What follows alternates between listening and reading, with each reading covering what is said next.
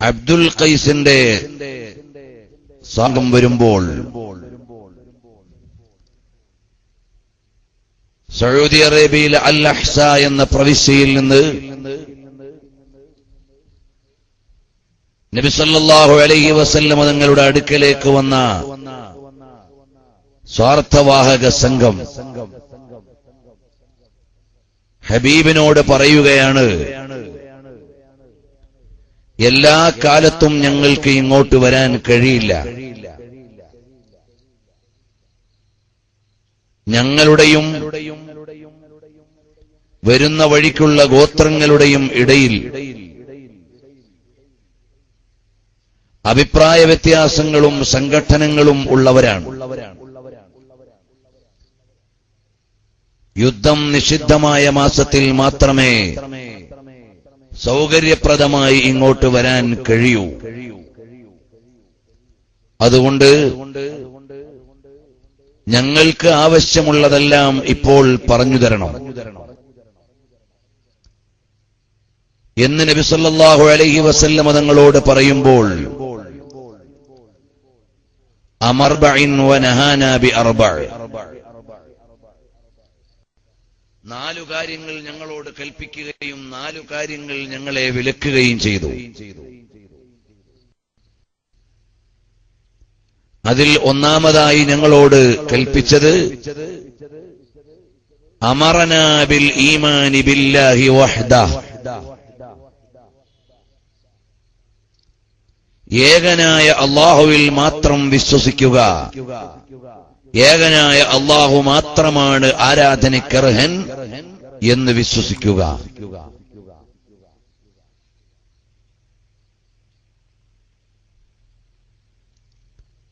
എന്നിട്ട് നബി സല്ലല്ലാഹു അലൈഹി വസല്ലം തങ്ങൾ ചോദിച്ചു, അതദ്റൂന മൽ ഈമാനു ബില്ലാഹ്. മൈക്കിന്റെ സൗണ്ട്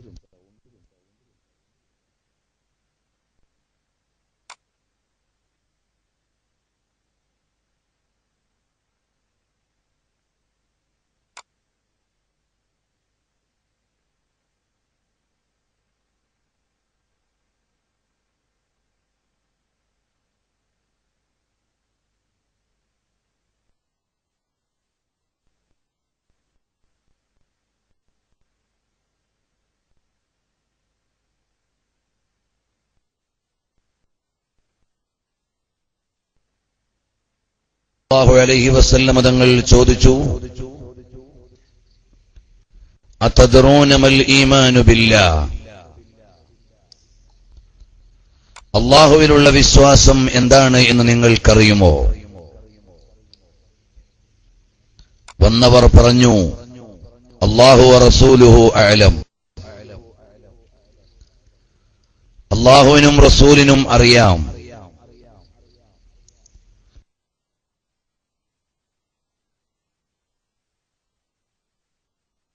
സ്വഹാബത്തിന് റസൂലുഹു അഅലം, റസൂലിനും അറിയാം. ഉടനെ നബി സല്ലല്ലാഹു അലൈഹി വസല്ലം തങ്ങൾ പറയുകയാണ്,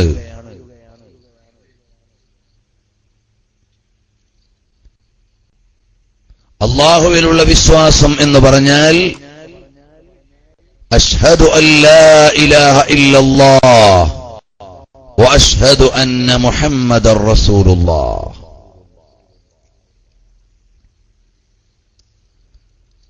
അല്ലാഹു അല്ലാതെ ആരാധനയ്ക്കർഹനില്ലെന്നും നബി സല്ലല്ലാഹു അലൈഹി വസല്ലം തങ്ങൾ അല്ലാഹുവിന്റെ റസൂലാണെന്നും വിശ്വസിക്കുന്നതിനാണ് അല്ലാഹുവിലുള്ള വിശ്വാസം എന്ന് പറയുക. ഇമാം ബുഖാരി സ്വഹീഹിൽ ഉദ്ധരിച്ച അല്ലാഹു അല്ലാതെ ആരാധനയ്ക്കർഹനില്ലെന്നും ഹബീബ് സല്ലല്ലാഹു അലൈഹി വസല്ലം തങ്ങൾ അല്ലാഹുവിന്റെ റസൂൽ ആണെന്നും വിശ്വസിക്കുന്നതിനാണ് അല്ലാഹുവിലുള്ള വിശ്വാസം എന്ന് പറയുക. അപ്പോൾ അല്ലാഹു തആല ഏകനാണ്, അവനല്ലാതെ ആരാധനയ്ക്കർഹനില്ല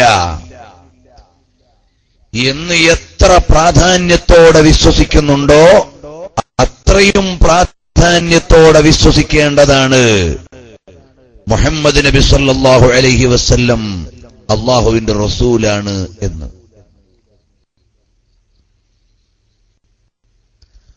ലോകത്തുള്ള ഏത് വസ്തുവിലേക്ക് നോക്കിയാലും അല്ലാഹുവിനെ കുറിച്ചുള്ള അറിവ് നമുക്ക് ലഭിക്കുകയാണ്. വഫീ കുല്ലി ശൈഇൻ ആയ, എല്ലാ വസ്തുക്കളിലും അല്ലാഹു സുബ്ഹാനഹു വ തആലയെ കുറിച്ചുള്ള അറിവുണ്ട്, ദൃഷ്ടാന്തമുണ്ട്. ഇപ്പോൾ ബഹിരാകാശത്ത് ലോകരാഷ്ട്രങ്ങൾ മത്സരിച്ചുകൊണ്ടിരിക്കുകയാണ്. ഇന്ത്യ മഹാരാജ്യത്തിന്റെ മംഗൾയാൻ ചൊവ്വയിലേക്ക് പുറപ്പെട്ടു.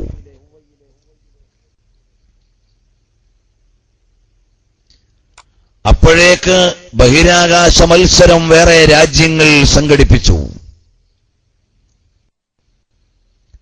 ഇന്ത്യയുടെ പേടകം എത്തുന്നതിനേക്കാൾ മുമ്പ് ചൊവ്വയിൽ എത്താൻ.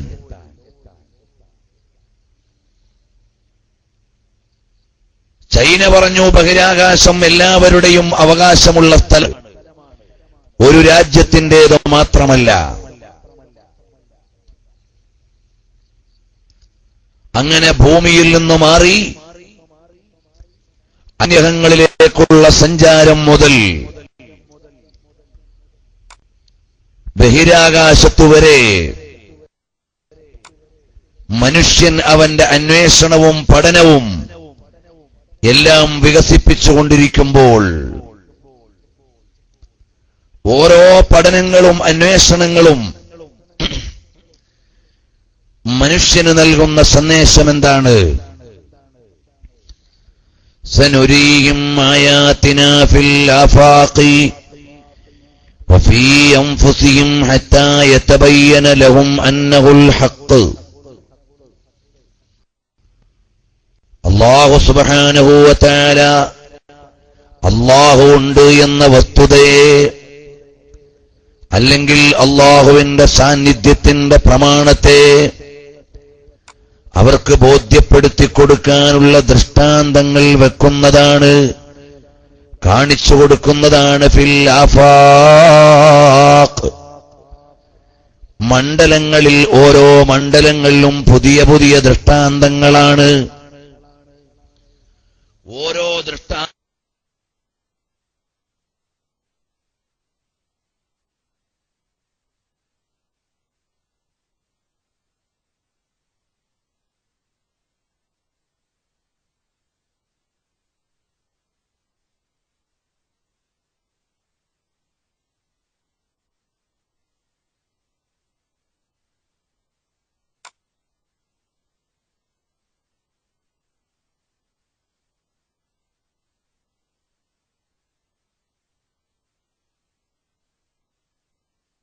ഒരു സ്കെയിൽ, ഒരു താളം വെച്ചിട്ടുണ്ട്. ആ താളത്തിനനുസരിച്ചാണ് ലോകം മുഴുവനും സഞ്ചരിക്കുന്നത്, ലോകത്തിന്റെ ചലനങ്ങൾ മുഴുവനും നടക്കുന്നത്. വവളഅൽ മീസാൻ, പ്രത്യേകമായ ഒരു അനുപാതവും പ്രത്യേകമായ ഒരു ബാലൻസും ലോകത്തിന് വെച്ചിട്ടുണ്ട്. ഈ ബാലൻസിന്റെ മുഴുവനും അധിപതി ആരാണ്? ഉടമസ്ഥനാരാണ്? ഇതിന്റെ മുഴുവനും പരിപാലകനാരാണ്? അല്ലാഹു റബ്ബുൽ ആലമീൻ. ഈ ബാലൻസുകളുടെ ഒന്നും നിയന്ത്രണം അമേരിക്കയുടെ ഏതെങ്കിലും ഒരു ബഹിരാകാശ ലാബിൽ ഇല്ല. ബബിൾ സ്പേസ് ടെലസ്കോപ്പുകൾ ഉണ്ടാക്കിയെടുത്തതല്ല, അല്ലെങ്കിൽ നമ്മുടെ മോഡേൺ സയൻസ് രൂപപ്പെടുത്തിയതല്ല. ഈ ലോകത്തിന്റെ മുഴുവനും ഋതവും താളവും സ്കെയിലും ബാലൻസുമെല്ലാം ആരുടേതാണ്? ലില്ലാഹി റബ്ബിൽ ആലമീൻ.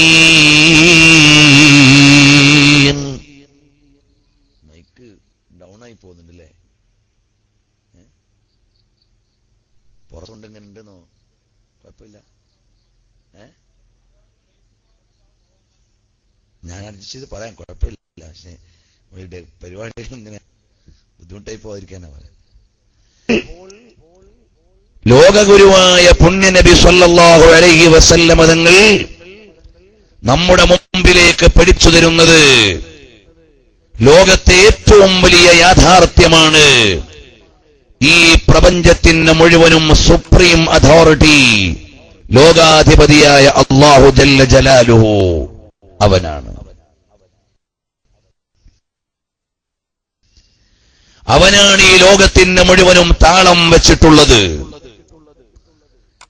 2 ഹൈഡ്രജനും 1 ഓക്സിജനും കൂടിയാൽ 1 തന്മാത്ര ജലം ഉണ്ടാകും എന്ന് സയൻസ് പഠിപ്പിക്കുന്നു.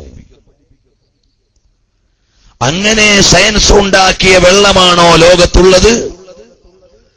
അല്ല. ലോകത്തുള്ള വെള്ളത്തിന്റെ ഉള്ളടക്കം മനുഷ്യൻ വായിക്കുകയാണ്. കഴിഞ്ഞ 2 വർഷം മുമ്പ് 2 ഹൈഡ്രജനും 1 ഓക്സിജനും അല്ല, വേറെ മൂലകങ്ങളാണ് എന്ന് ചില സയന്റിസ്റ്റുകൾ വാദിച്ചു. വേണ്ടതുപോലെ തെളിയിച്ചിട്ടില്ലെന്ന് മാത്രം.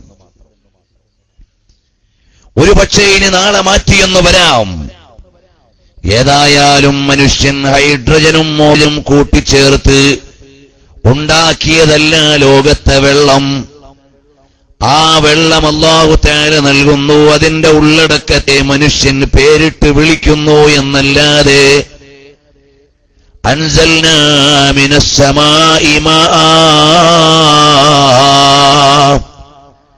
ആകാശത്തു നിന്ന് വെള്ളം അവതരിപ്പിക്കുന്നവൻ അല്ലാഹുവാണ്. ലോകത്തുള്ള ആവശ്യമായ കാറ്റിനെ നിയന്ത്രിക്കുന്നവൻ അല്ലാഹുവാണ്. ഇന്നാ അർസൽന റിയാഹ്,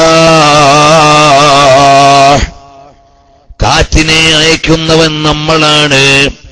കാറ്റിന്റെ ഉടമസ്ഥൻ നമ്മളാണ്. യസ്അലൂനനി റൂഹ് ഖുലിർ റൂഹു മിൻ അംരി റബ്ബീ.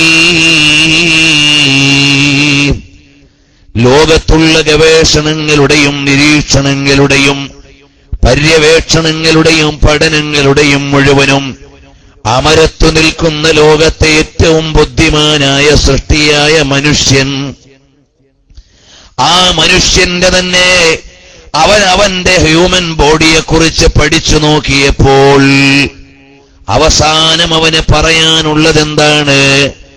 മനുഷ്യൻ ജീവിക്കുമ്പോഴുണ്ട്, പക്ഷേ മരിക്കുമ്പോഴില്ല. ആ മരണപ്പെട്ട നേരത്ത് മനുഷ്യനിൽ നിന്ന് പാറിപ്പോയത് എന്താണെന്ന് പറയാൻ സയൻസിന് സാധ്യമല്ല. സ്കാനിങ്ങിൽ തെളിയുന്ന കാര്യമല്ല, എക്സ്റേയിൽ ബോധ്യപ്പെടുന്ന കാര്യമല്ല, മോഡേൺ ടെസ്റ്റുകളിൽ വേദ്യമാകുന്ന കാര്യമല്ല. മനുഷ്യൻ ജീവിക്കുമ്പോഴുണ്ട്, മരിക്കുമ്പോഴില്ല. അങ്ങനെ അവനിൽ നിന്ന് മാറിപ്പോയതെന്താണ്? ഇത് ചോദിച്ചാൽ സയൻസിന് മറുപടി പറയാനില്ല, എന്താണെന്ന് പറയാനില്ല, കണ്ടുപിടിക്കാനില്ല. ഇതാണ് ലോകഗുരുവായ പുണ്യ റസൂൽ സല്ലല്ലാഹു അലൈഹി വസല്ലം തങ്ങൾ 1400 സംവത്സരങ്ങൾക്ക് മുമ്പ് ഗവേഷണ പര്യവേക്ഷണങ്ങളുടെ ലാബുകളെ കുറിച്ച് മനുഷ്യൻ ആലോചിക്കുന്നതിന് മുമ്പാണ് അല്ലാഹുവിന്റെ ഹബീബ് സല്ലല്ലാഹു അലൈഹി വസല്ലം തങ്ങൾ ഓതിത്തരികയാണ്. യസ്അലൂനക അനിർ റൂഹ്, പുണ്യ റസൂൽ സല്ലല്ലാഹു അലൈഹി വസല്ലം തങ്ങളോട് പ്രപഞ്ചാധികാരിയായ അല്ലാഹു തആല പറയുകയാണ്, ഓ നബിയേ, തങ്ങളോട് വന്നവര് ചോദിക്കും റൂഹ് എന്ന് പറഞ്ഞാൽ എന്താണ്, ആത്മാവെന്ന് പറഞ്ഞാൽ എന്താണെന്ന് ചോദിക്കുമ്പോൾ അവിടുന്ന് മറുപടി പറയണം, നബിയേ, ഖുലിർ റൂഹു മിൻ അംരി റബ്ബീ.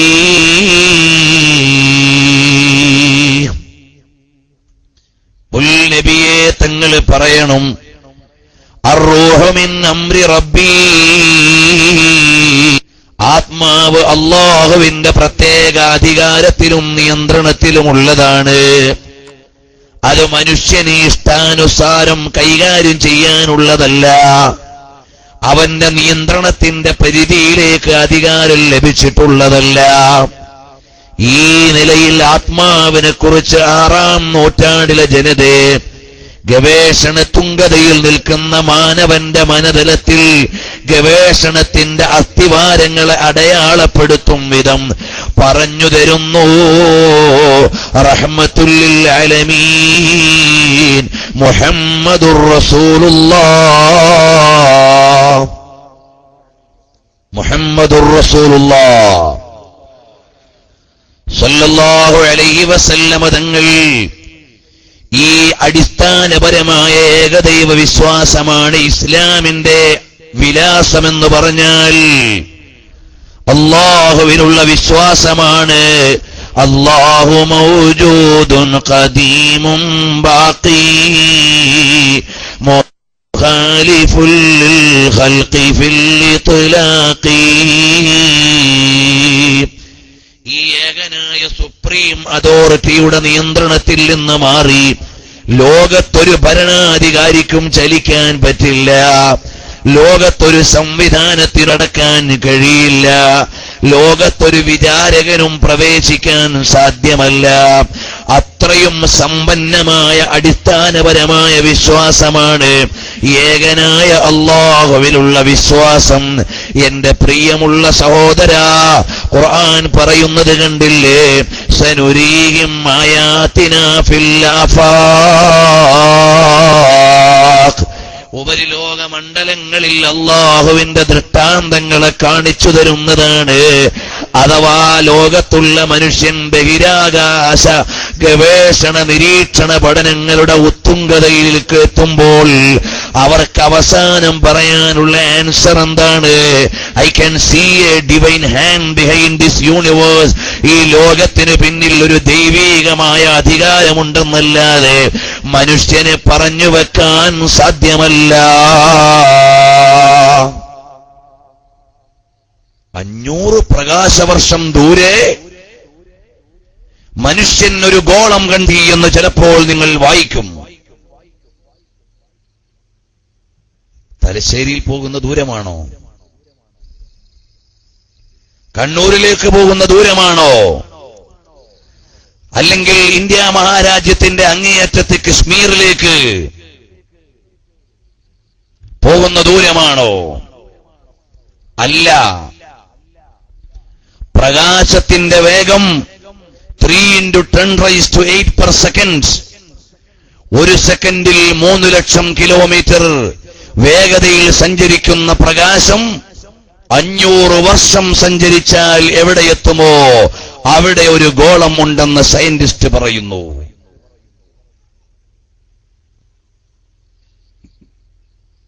അപ്പോൾ അല്ലാഹു തആല പടച്ചുവെച്ച ലോകത്തിന്റെ വിശാലത എത്രയാണ്?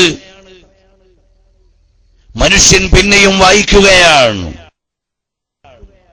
3 ലക്ഷം കിലോമീറ്റർ സെക്കൻഡിൽ വേഗതയിൽ സഞ്ചരിക്കുന്ന പ്രകാശം 500 വർഷം സഞ്ചരിച്ചാൽ എത്ര ദൂരമെത്തുമോ അത്രയും ദൂരെയാണൊരു ഗോളമുണ്ടെന്ന് സയന്റിസ്റ്റ് വാദിക്കുന്നത്. ഇതുപോലെ എത്രയെത്ര റിപ്പോർട്ടുകളാണ് ദിവസേന വരുന്നത്. എന്നാൽ ഇതിന്റെ മുഴുവനും ഓണർഷിപ്പ് ആരുടെ കയ്യിലാണ്? ഇതിന്റെ മുഴുവനും ഉടമസ്ഥനാരാണ്?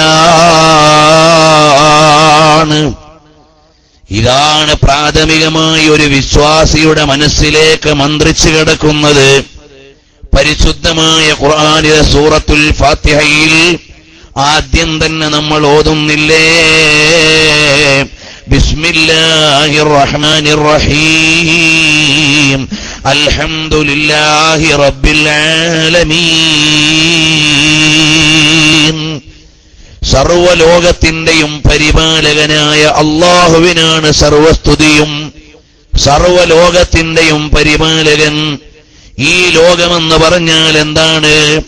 ലോകം എന്ന് പറഞ്ഞാൽ മാസിവൽ ബാരി തആല, അല്ലാഹു അല്ലാത്തതിനെല്ലാം ലോകമെന്നാണ് പറയുക.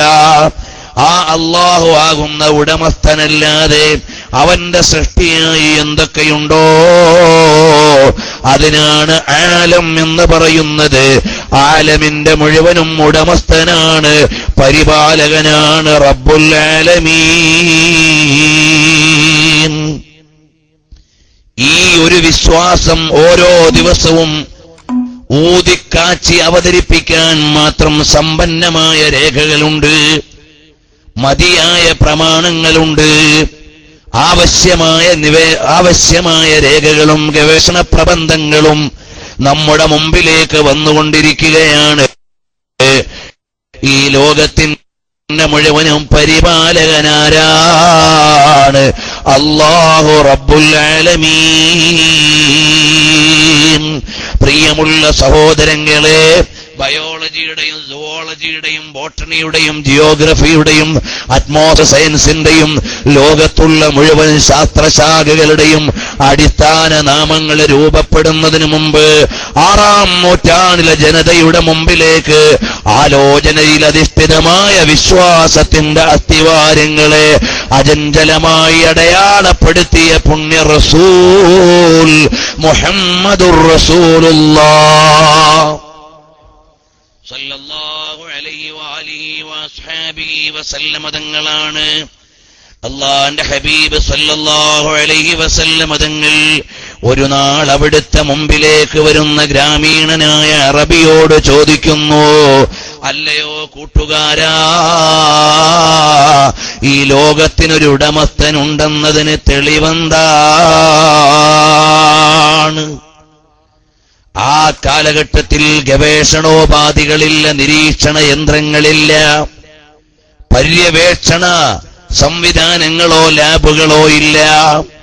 അവിടെയാണ് നബി സല്ലല്ലാഹു അലൈഹി വസല്ലം തങ്ങളുടെ മുമ്പിലേക്ക് വരുന്ന ബഹുമാനപ്പെട്ട ഹബീബ് സല്ലല്ലാഹു അലൈഹി വസല്ലം തങ്ങളുടെ സ്വഹാബിയായ അറാബിയോട് ചോദിക്കുമ്പോൾ അറാബിക്ക് പറയാനുള്ള മറുപടി അൽ ബഅറത്തു തദുല്ലു അലൽ ബഈർ,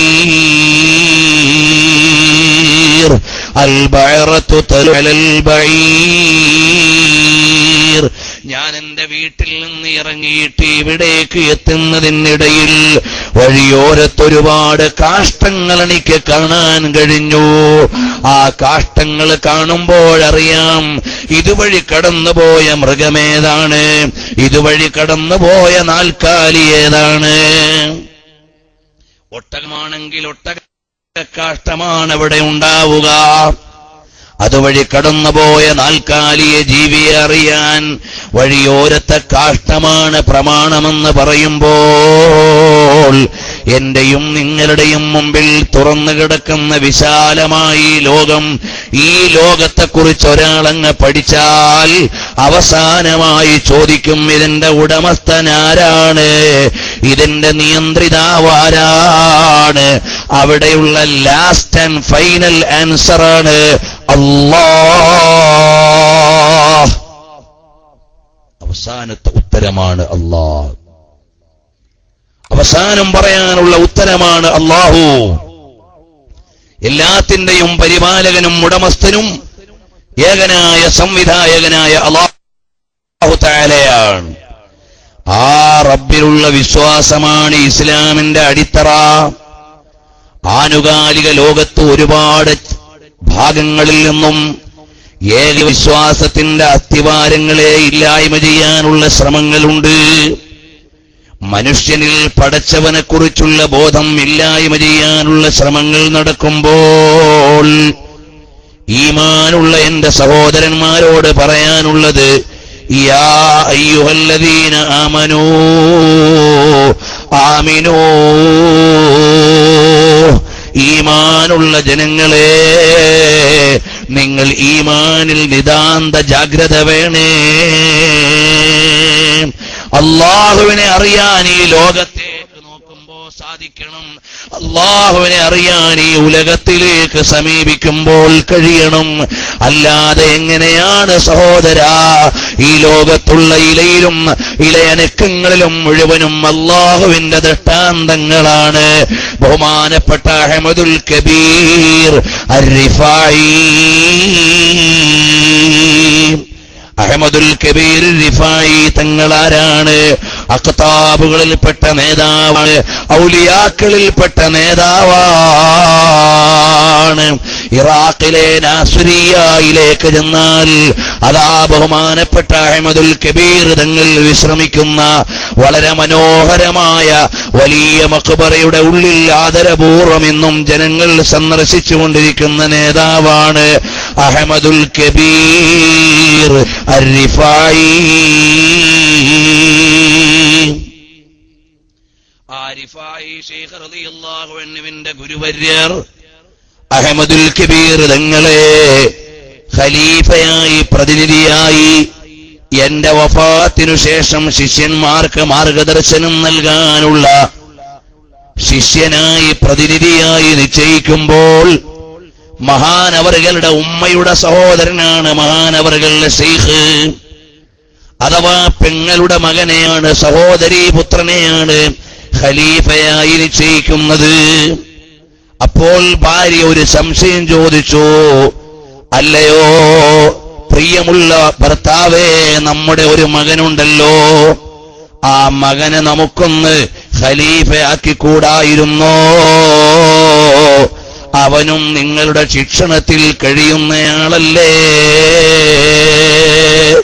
ഇത് ചോദിക്കുമ്പോഴാണ് ബഹുമാനപ്പെട്ട അഹ്മദുൽ കബീർ ശൈഖ് പറയാണ്, നമുക്ക് അവരെ രണ്ടുപേരെയും ഒന്ന് പരിശോധിക്കാം, രണ്ടുപേരെ ഒന്ന് പരിശോധിക്കാം. എന്തുകൊണ്ടാണ് ഞാൻ എന്റെ സഹോദരി പുത്രനെ ഖലീഫയാക്കിയത്, സ്വന്തം മകനെ ഖലീഫയാക്കാതെ? അപ്പോൾ ഭാര്യയുടെ മുമ്പിൽ രണ്ടുപേരെയും ഒരു പരീക്ഷണത്തിന് വേണ്ടി പറഞ്ഞേക്കുകയാണ്. രണ്ടുപേരെയും അടുത്ത് വിളിച്ചിട്ട് പറഞ്ഞു, മക്കളെ, നിങ്ങൾ പോയി ഒട്ടകത്തിന് കൊടുക്കാനുള്ള കുറച്ച് പുല്ല് അറുത്തുകൊണ്ടുവരൂ. അഹ്മദുൽ കബീർ തങ്ങളും ശൈഖിന്റെ മകനും കൂടി പുറപ്പെട്ടു. നേരമേറെ വൈകിയില്ല. മഹാനായ ശൈഖിന്റെ മകൻ ഒരു കെട്ട് പുല്ലും കൊണ്ടുവരികയാണ്. നേരമേറെ വൈകിട്ടും അഹ്മദുൽ കബീർ എന്നവരെ കാണുന്നില്ല. ഏറെ നേരം കഴിഞ്ഞിട്ടും കാണുന്നില്ല. നേരം വൈകിക്കഴിയുമ്പോൾ ഒരു പുല്ല് പോലും കയ്യിൽ പിടിക്കാതെ തിരിച്ചു വരികയാണ്. അപ്പോഴാണ് മഹാനവറുകൾ ചോദിക്കുന്നു, അല്ല അഹ്മദുൽ കബീറെ, എന്താണ് നിങ്ങൾ ഒരു പുല്ല് വെട്ടിക്കൊണ്ടുവരാൻ പറഞ്ഞിട്ട് ഒന്നും വെട്ടാതെ ഒരു പുല്ലുമില്ലാതെ കയ്യും വീശിഞ്ഞു വരുന്നത്?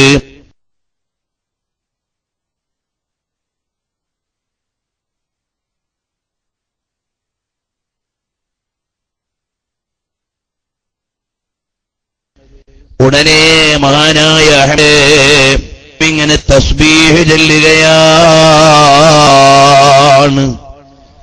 തസ്ബീഹ് ചൊല്ലിക്കൊണ്ടിരിക്കുന്ന പുല്ലുകളെ മുറിക്കാൻ എന്റെ മനസ്സ് അനുവദിച്ചില്ല.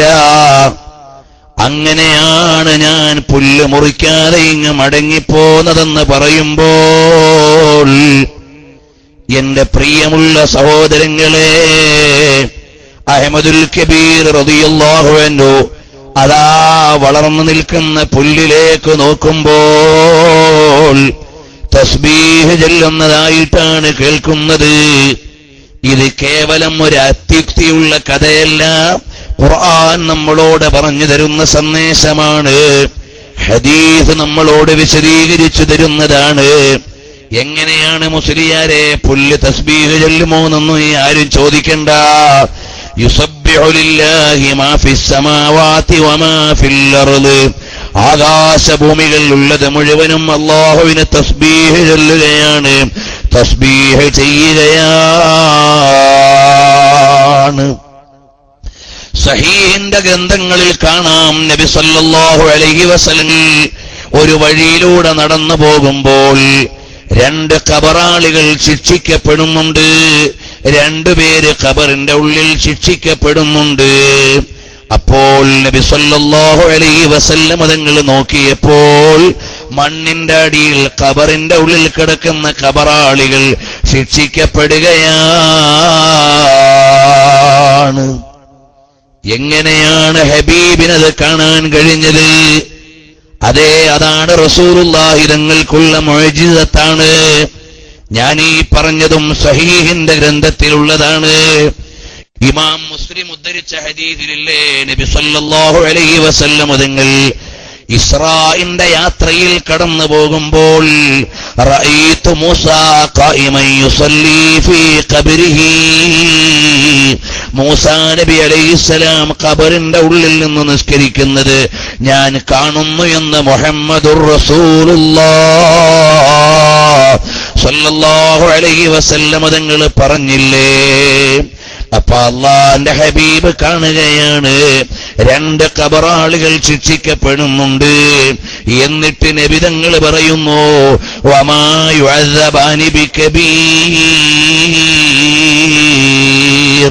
അവർ രണ്ടുപേരും ശിക്ഷിക്കപ്പെടുന്നത് വലിയൊരു തെറ്റ് നിങ്ങളുടെ ദൃഷ്ടിയിലുള്ള ചെയ്തതിന്റെ പേരിലല്ല. ഒരാൾ ശിക്ഷിക്കപ്പെടാനുള്ള കാരണം എന്താണ്? കാന യംശീ ബിന്നമീമ, അയാൾ പരദൂഷണം പറയുന്ന ആളായിരുന്നു.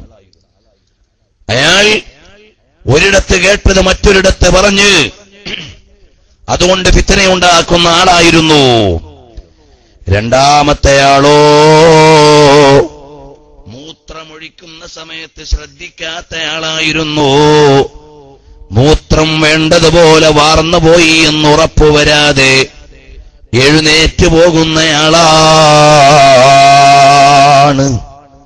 അഥവാ എന്റെ പ്രിയമുള്ള സഹോദരങ്ങളോട് ഇടയ്ക്ക് കൂടി ഞാൻ ഓർമ്മപ്പെടുത്തുകയാണ്, വളരെ ടൈറ്റ് ഫിറ്റായ വസ്ത്രം ധരിച്ചിട്ട് നമ്മൾ മൂത്രമൊഴിച്ചിട്ട് വരുമ്പോൾ ചിലപ്പോൾ മൂത്രം പൂർണ്ണമായും വാർന്നു പോകാതെ നമ്മൾ ആ ഒരു ഫ്ലോയിൽ ഒഴിച്ച മൂത്രം കഴിഞ്ഞ് വെള്ളമൊഴിച്ചിട്ട് മെല്ലെ നടക്കുമ്പോൾ പിന്നെയും യൂറിന്റെ ഡ്രോപ്സുകൾ നിങ്ങളുടെ വസ്ത്രത്തിലേക്ക് വരാൻ സാധ്യതയുണ്ട്.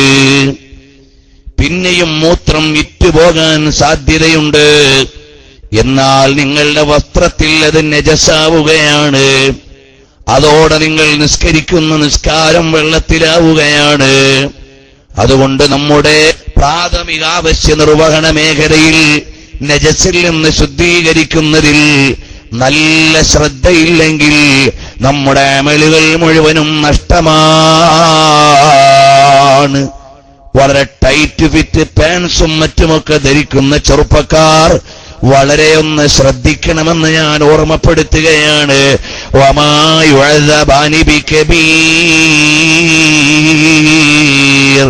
ലോകഗുരുവായ പുണ്യനബി സല്ലല്ലാഹു അലൈഹി വസല്ലം തങ്ങളെ പഠിപ്പിക്കുകയാണ്, അവര് ശിക്ഷിക്കപ്പെടുന്നത് ചെറിയ കുറ്റത്തിനല്ല, വലിയ കുറ്റത്തിനല്ല, നിങ്ങളുടെ ദൃഷ്ടിയിലുള്ള ചെറിയ കാര്യങ്ങളാണ്. ഒന്ന് മൂത്രം വേണ്ടതുപോലെ വാർന്നു പോകാത്തതിന്റെ പേരിലാണ്. പ്രിയമുള്ളവരെ, ഞാൻ ദീർഘിപ്പിക്കുന്നില്ല. ഹബീബ് സല്ലല്ലാഹു അലൈഹി വസല്ലം തങ്ങൾ നമ്മുടെ നേതാവാണ്. അത് കണ്ടിട്ടങ്ങ് നടന്നു പോകാൻ മനസ്സനുവദിക്കുന്നില്ല. ഉടനെ അടുത്തുള്ള ഈത്തപ്പനയിൽ നിന്നൊരു മട്ടല് മുറിച്ചെടുത്തിട്ട് അത് 2 പീസാക്കി 2 ഖബറിന്റെ മേലെ കുത്തിവെച്ചു കൊടുക്കുന്നു. എന്തിനാണ്? ആ മട്ടലുകൾ ഉണങ്ങുന്നതുവരെ അത് തസ്ബീഹ് ചൊല്ലുന്നുണ്ട്. ആ തസ്ബീഹ് കൊണ്ട് ഖബറാളിക്ക് ഗുണം കിട്ടാനാണ്. ആ തസ്ബീഹ് കൊണ്ട് ഖബറിന്റെ ഉള്ളിൽ കിടക്കുന്നയാൾക്ക് ഗുണം ലഭിക്കാനാണ്. സഹീഹിന്റെ ഗ്രന്ഥങ്ങളിൽ എഴുതിയിട്ടില്ലേ?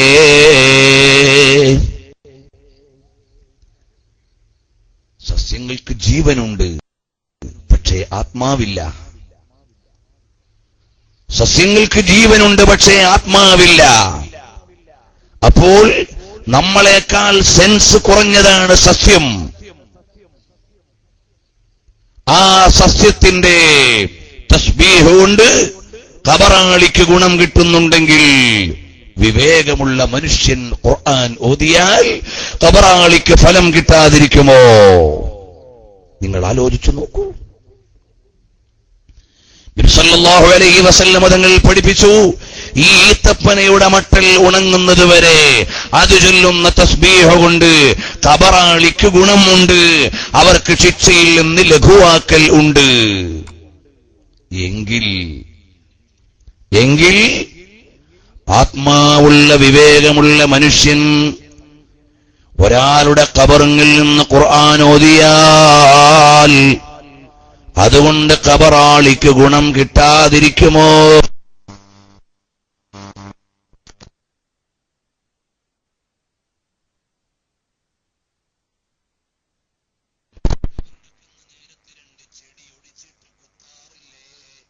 ആലയത്തിന്റെ മുറ്റത്ത് പോയി ഷേക്സ്പിയറിയൻ ഡ്രാമ പഠിക്കുകയാണ്. അതിലവർക്ക് നൽകുന്നതോ ഭൗതികമായ പ്രണയത്തിന്റെ കഥകളാണ്. ഒഥല്ലോയും ഡെസ്ഡമോണയും പഠിക്കുന്ന കുട്ടിക്ക് ലഭിക്കുന്ന സന്ദേശം എന്താണ്? റെയ്നയും സോൾജിയറും പഠിക്കുന്ന നമ്മുടെ കുട്ടിക്ക് ലഭിക്കുന്ന സന്ദേശം എന്താണ്?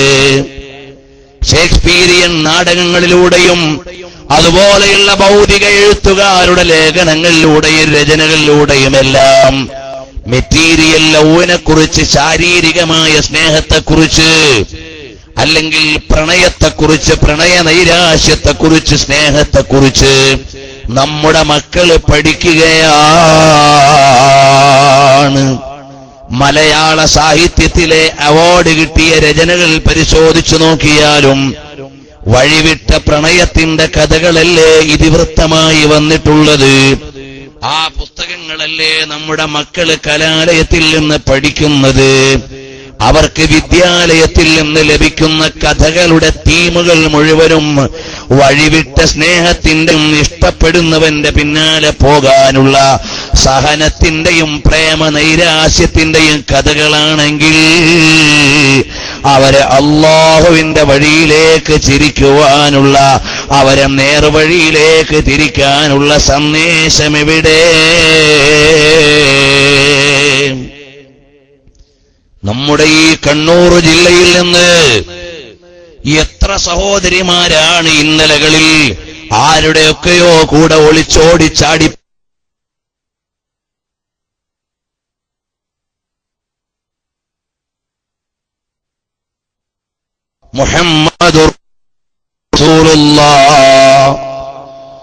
മുഹമ്മദുർ റസൂലുള്ളാഹ് സല്ലല്ലാഹു അലൈഹി വആലിഹി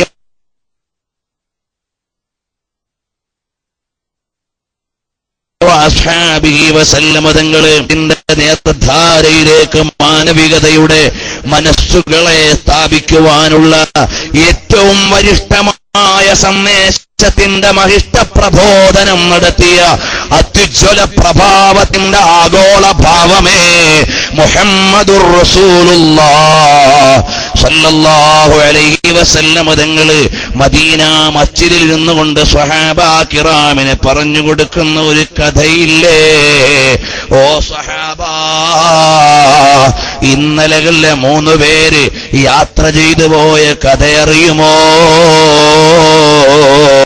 ഹത്താ ആവാഹുമുൽ മബീതു ഫീ ഗാർ.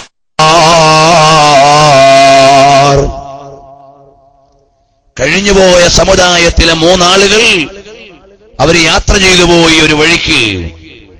അവസാനം അവരുടെ സന്ധ്യാസമയം അവരൊരു ഗുഹയിലേക്കാണ് എത്തിയത്. ഗുഹാന്തരത്തിലേക്ക് കടന്നപ്പോൾ അതാ ഗുഹാമുഖത്തേക്കൊരു പാറ വന്ന് കവാടമങ്ങടഞ്ഞു. അവർക്ക് പുറത്തിറങ്ങാൻ കഴിയുന്നില്ല. ഇത് കേവലമായ ഒരു മാപ്രസിദ്ധീകരണത്തിലെ കഥയല്ല, ഒരു സാങ്കല്പികമായി ഒരു കഥാരചയിതാവിന് വന്ന ചിന്തയല്ല. മലർവനിയിൽ നിന്ന് സത്യം മാത്രം മൊഴിയണമെന്ന് ലോകത്തെ ഉത്ബോധിപ്പിച്ച ലോകനായകർ മുഹമ്മദുർ റസൂലുള്ളാഹ് സല്ലല്ലാഹു അലൈഹി വസല്ലം തങ്ങൾ മദീന